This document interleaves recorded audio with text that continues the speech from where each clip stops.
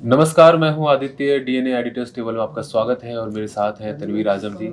आज हम चर्चा करने जा रहे हैं उत्तर प्रदेश को लेकर। वहां में भारतीय जनता पार्टी की बैठक थी और उस बैठक में तमाम मुद्दों पे चर्चा हुई, खासकर लोकसभा चुनाव के जो परिणाम आए उस पे भी गहन चर्चा की गई। तो आज हम जानेंगे कि जो वहाँ पे चर्चा हुई और अलग-अलग तरह के सवाल आए हैं। कई बार कई नेताओं ने अपनी नाराज़गी जताई है, बहुत सारे कार्यकर्ताओं ने भी अपनी तरफ से कुछ नए सुझाव दिए हैं। तो क्या कहना चाहेंगे इसको लेकर सर? देखिए, जून 4 को जो लोकसभा के रिजल्ट आए जी, और बीजेपी जो पिछली बार 62 सीटें उत्तर प्रदेश में लाई थी और इस बार वो जी, 33 सीटों पे ही सिमट गई। उसके बाद से ही योगी आदित्यनाथ विरोधियों के निशाने पे हैं। जी, और सबसे इंटरेस्टिंग बात यह है कि ये जो विरोधी हैं योगी आदित्यनाथ के, जी, जो जी, वहाँ के चीफ मिनिस्टर हैं, वो बीजेपी के बाहर से कम बीजेपी के अंदर अंदर के से ज़्यादा हैं। जी, मतलब बिल्कुल। कुछ तो खुल के भी आ रहे हैं और कुछ जी, मतलब अंदर है। और ये बार बार ये बात निकल के आ रही है कि बीजेपी का जो नुकसान हुआ है वो उनके ही लोगों के जो भीतरघात की वजह से हुआ है, बजाय इसके कि मतलब कांग्रेस या सपा या इन दोनों का गठबंधन। जी, जी, उससे ज़्यादा नुकसान जो बीजेपी के अपने लोग हैं उसकी वजह से हुआ है। और अभी जो बीजेपी की जो कार्य समिति की जो बैठक थी, जो मतलब जिसमें समीक्षा बैठक भी आप कह सकते हैं, जहाँ पे ये डिस्कशन हो रहा था कि आखिर इस हार मतलब एक करारी हार है, बीजेपी के लिए बहुत बड़ी हार है, उसके पीछे आखिर वजह क्या थी। उसमें योगी आदित्यनाथ ने मतलब जो पहली बात जो खुल के बोला कि मतलब ओवर कॉन्फिडेंस की वजह से भी हम हारे हैं। अब ये जो ओवर कॉन्फिडेंस है, ये योगी आदित्यनाथ का इशारा किसकी तरफ है? उन्होंने खुल के तो ये नहीं कहा कि ओवर कॉन्फिडेंस किसका है, केंद्रीय नेतृत्व का है या जी, जो राज्य के जो लीडर्स हैं उनका उनका है। लेकिन हाँ, उन्होंने अपनी बात जरूर बोली है। उन्होंने एक मतलब उसको ये भी किया है कि मतलब अपने जो लोग हैं, अपनी पार्टी के जो जी, वर्कर हैं, जी, लीडर हैं, उनको बोला भी है कि हमें कोई ऐसा घबराने की बात नहीं है और हमें अगले जो मतलब विधानसभा चुनाव है 27 में जो 27 वाले, उसके लिए हम हमें जी, तैयारी जी, करनी है और हम बेहतर करेंगे।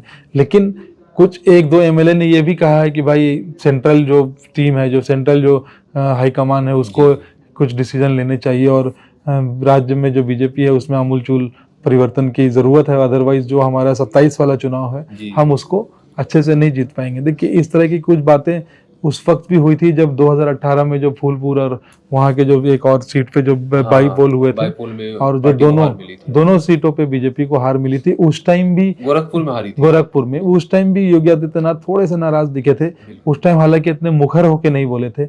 इस वक्त वो काफी मतलब ओपन होके बोलना जी, जी, चाह रहे हैं। मतलब देखिए, राजनीति में कोई बिल्कुल सामने सामने आके अपनी पार्टी के खिलाफ इस तरीके से नहीं बोलता। बिल्कुल। तो वो मैं योगी आदित्यनाथ की मजबूरी भी समझता हूँ और उनकी राजनीति है वो। और लेकिन हाँ, उन्होंने अपनी बातें एज मनी वर्ड्स में रख दी है। जी, जी, उनको कहीं ना कहीं कुछ चीज़ों से उनकी तकलीफ है और ये लगातार 2024 के जो चुनाव से पहले ये बात बहुत बार चली और जी, बहुत जी, जगह पे डिस्कशन हुआ कि जो कैंडिडेट चुने गए हैं, जिनको टिकट दिया जी, गया है जी, बीजेपी की तरफ से, उससे योगी आदित्यनाथ कहीं ना कहीं खुश नहीं खुश है। नहीं। ये मतलब ऐसी जो हाँ, कहते ऐसी हैं बात हो रिपोर्ट्स, सकती है। ऐसी जी, खबरें बिल्कुल। हम लोग को ग्राउंड पे भी मिलती थी।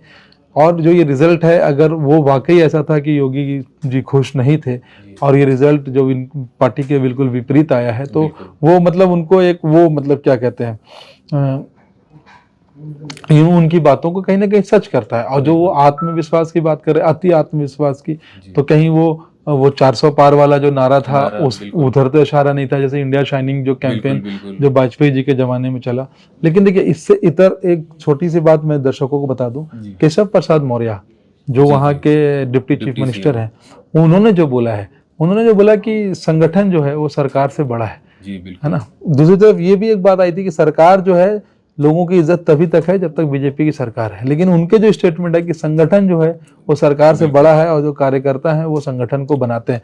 तो ये एक विरोधाभासी, अगर आप बिल्कुल, देखें कि भाई आप ये कह रहे हैं कि नहीं, सरकार हमारी है तभी हमारी इज्जत है, मैं बोलूँ कि बिल्कुल। नहीं, संगठन जो है बीजेपी जो है या उसके जो कार्यकर्ता हैं वो सरकार से भी बड़े हैं, जी। संगठन सबसे बड़ा है। तो ये कहीं ना कहीं ऐसा लगता है मतलब कि कहीं ना कहीं अंदर खाने पार्टी में कुछ और वो है। केशव मौर्य का एक बयान भी बहुत ज़्यादा वायरल हम्म, हो रहा है, जिसमें उन्होंने कार्यकर्ताओं से कहा कि जो आपका हाल है, वही मेरा भी हाल है। बिल्कुल बिल्कुल। तो कहीं न कहीं वो इशारा कर रहे हैं, खुल के नहीं बोल रहे हैं, लेकिन चीज़ों को कहीं देखिए, लेके ये भी बहुत इंटरेस्टिंग है कि जो पूरी मीटिंग हुई, इसमें जेपी नड्डा तो वहाँ मौजूद थे, लेकिन बिल्कुल, अमित शाह मौजूद नहीं रहे। जबकि उत्तर प्रदेश की जब भी बात होती है, बड़ा प्रदेश, सबसे बिल्कुल, बड़ा बिल्कुल, प्रदेश है। अमित शाह, बीजेपी को वहाँ दोबारा खड़ा करने में अमित शाह का सबसे बड़ा बिल्कुल। हाथ रहा है। ये हम लोगों ने 2014 में, 2014 13-14 में पे देखा हम लोगों ने। उसके बाद वो स्टेट 17 में। असेंबली इलेक्शन में भी वो रहे।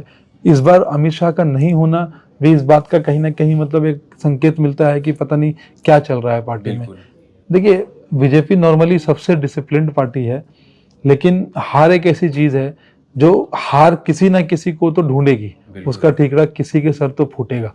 और अभी ये सारा माहौल इसलिए ऐसा बन रहा है कि अभी आप देखें, अभी जो बीते दिनों जो 13 उपचुनाव के नतीजे जी आए, जी बिल्कुल उसमें से भी 10 इंडिया अलायंस के पास चला गया, 2 बिल्कुल। केवल बीजेपी के पास आए और 1 निर्दलीय जो बिहार में रुपौला जी सीट जी से जीते। जी अभी उत्तर प्रदेश में 10 सीटों पे उपचुनाव होने हैं अभी जी जी कुछ दिनों बाद।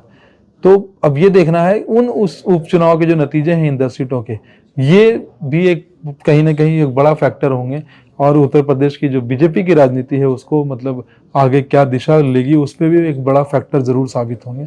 तो मुझे लगता है कि हाँ, ऑल इज नॉट वेल, कहीं ना कहीं बिल्कुल। कोई तो है जो मतलब, और हार का जिम्मेदार कौन है, और कोई जिम्मेदारी अभी तक किसी ने अभी नहीं किसी ली। के सर पे वो जिम्मेदारी दी नहीं गई। देखिए, जैसे बिल्कुल। जीत के जिम्मेदार होते हैं, मैं एक मतलब वो इंग्लिश का एक कहावत है जी कि victory has a lot of father, जी डिफीट इज कंप्लीटली ऑफन। उसका बिल्कुल कोई डिफीट, हार को कोई अपने गले नहीं लगाता। बिल्कुल लेकिन पार्टी है, बीजेपी एक डिसिप्लिन पार्टी है, मैं बार बार बोलता हूँ। तो बिल्कुल इसमें जैसे जीत का सेहरा किसी के सर बनता है, तो हार की भी कुर्बानी किसी को तो लेनी पड़ेगी। अब ये देखना है कि आने वाले दिनों में कौन या शायद उपचुनाव के जो रिजल्ट आएंगे उसके बाद अगर ये उपचुनाव अच्छे नतीजे आते हैं बिल्कुल। बीजेपी के, तो शायद बहुत सारी तो चीजें, कहीं ना कहीं वो जो जख्म है वो भर हाँ, जाएंगे, वो और भर अगर जाएंगे।